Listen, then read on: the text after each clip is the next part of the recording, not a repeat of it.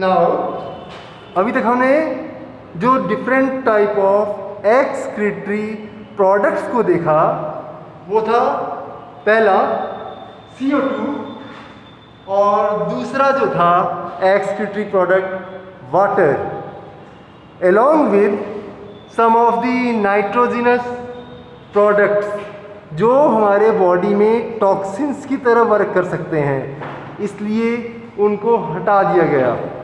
तो और थर्ड जो जाएगा वो जो हो जाएगा हमारा बाइल पिगमेंट्स। तो जो नाइट्रोजिनस प्रोडक्ट्स था उसी का थोड़ा सा और कंटिन्यू करते हैं। यूरिया था, यूरिक एसिड था, प्लस तीसरा था अमोनिया। तो यूरिया के बारे में ये जान लीजिए कि यूरिया जो होता है वो प्रोड्यूस होता है लीवर में, लेकिन ये एक्सक्रीटेड आउट होता है थ्रू दी किडनीज। किडनी के थ्रू ये एक्सक्रीट होता है, बॉडी से बाहर जाता है। Third bile pigments. तो बाइल पिगमेंट की बात करें तो ये है इसका breakdown product of haemoglobin of dead RBC. RBC जो टूट जाता है यानी कि मर गया, डेड आरबीसीज होगा, उसका जो ब्रेकडाउन प्रोडक्ट होगा वही हमारा बाइल पिगमेंट्स हो गया, breakdown product of haemoglobin of dead RBC. देखिए हेमोग्लोबिन, हेमग्लोबिन या haematin globin, globin is a protein and haem means iron. मैंने सर्कुलेटरी सिस्टम में बताया था आपको, haemoglobin is a combination of iron plus protein. तो ये हेमोग्लोबिन के प्रेजेंस के कारण ही हमारा जो आरबीसी होता है वो रेड इन कलर होता है। तो यही जो ब्रेकडाउन प्रोडक्ट होगा, यही मटेरियल हमारा बाइल पिगमेंट्स होगा। सेकेंड पॉइंट किसी का बाइल पिगमेंट के अंदर liver cell secrete them. Secrete them means bile pigments को सेक्रीट करने का काम लीवर सेल्स करता है। और ये सेक्रीट कहाँ होगा? बाइल जूस में। बाइल जूस कहाँ प्रोड्यूस होता है? लीवर में बनता है। And pour them into duodenum. Duodenum C shaped structure होता है बिफोर इंटेस्टाइन। मतलब ये कहिए स्टोमक के बाद जस्ट जो पोर्शन होता है उसको हम ड्यूोडेनम कहते हैं, और यहीं से हमारा स्मॉल इंटेस्टाइन शुरू हो जाता है। तो C shaped structure is called duodenum, और यही ड्यूोडेनम वो स्ट्रक्चर है जिस जगह लीवर और पेनक्रियास दोनों अपने अपने मटेरियल को जॉइंटली बॉडी के अंदर प्रोडक्ट को रिलीज करते हैं। तो liver cell secrete them into bile juice and pour them into the duodenum. Third point, some of these pigments are excreted in urine. इसी का जो कुछ प्रोडक्ट है वो यूरिन में रिलीज हो जाता है, एक्सक्रीट आउट हो जाता है। तो टोटल पहला हो गया वाटर, दूसरा हो गया CO2, प्लस थर्ड जो सेकेंड था वो हमारा हो गया नाइट्रोजनस वेस्ट, और थर्ड हो गया बाइल पिगमेंट। ये था एक्सक्रीटरी प्रोडक्ट। अगर हम बात करें एक्सक्रीटरी सिस्टम ऑफ ह्यूमन, तो ह्यूमन के एक्सक्रीटरी सिस्टम मैंने पहले बता दिया था। एक्सक्रीशन क्या है? नाइट्रोजनस वेस्ट मटेरियल का बॉडी से रिलीज आउट होना एक्सक्रीशन कहते हैं। और ऑल सच कंपोनेंट और all such organ which jointly operate the excretion system is called excretory system. या दूसरे लैंग्वेज में अगर कहें, all the body organ which help the animal in excretion collectively constitute the excretory system.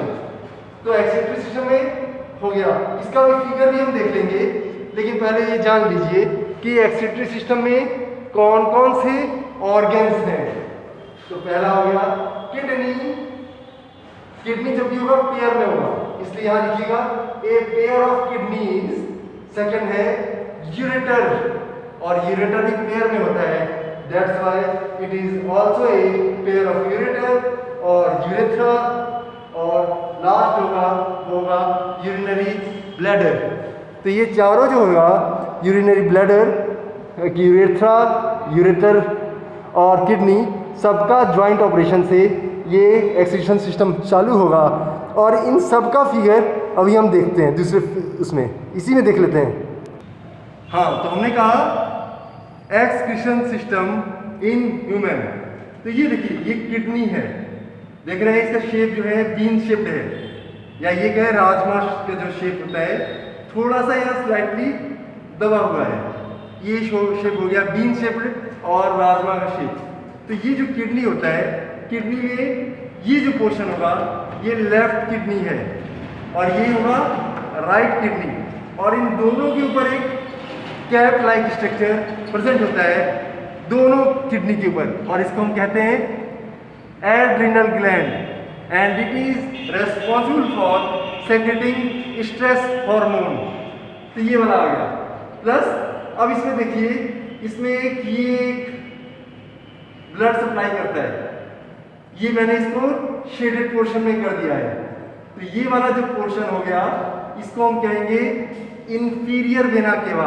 आपको heart chapter में मैंने बताया था, from the water blood is transported to the heart through the inferior vena cava at the lower portion of the, पूरे body से जो lower portion से blood जो ट्रांसफर होगा हार्ट में, it is transported through inferior vena केवा।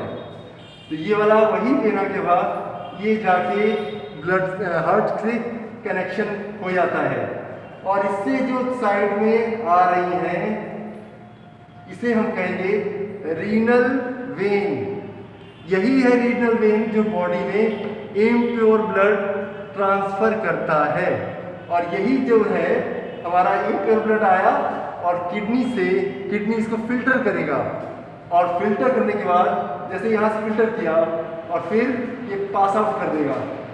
पूरा जो है किडनी का जो यूनिट स्ट्रक्चर होगा, unit means basic unit of life, जैसे सेल का, सेल पूरे बॉडी का है, तो वैसे ही हमारे किडनी का जो बेसिक यूनिट होगा वो नेफ्रॉन होगा, और ये नेफ्रॉन फिर इसको ब्लड को सर्कुलेट करेगा, प्यूरिफाई करेगा, और ये ब्लड जो प्योर हो जाएगा ये फिर ट्रांसफर हो जाएगा। ये शेडेड पोर्शन के जस्ट बगल मैंने डॉटेड लाइन से शो किया है, और ये हो गया रीनल आर्टरी, और ये फिर हमारे बॉडी में चले जाएगा। तो ये वाला आया ऑर्टा, ठीक है, ये ऑर्टा हो गया, और इसके बगल में निकला रीनल आर्टरी, ये हो गया रीनल वेन, ये हो गया इंफीरियर वेना केवा।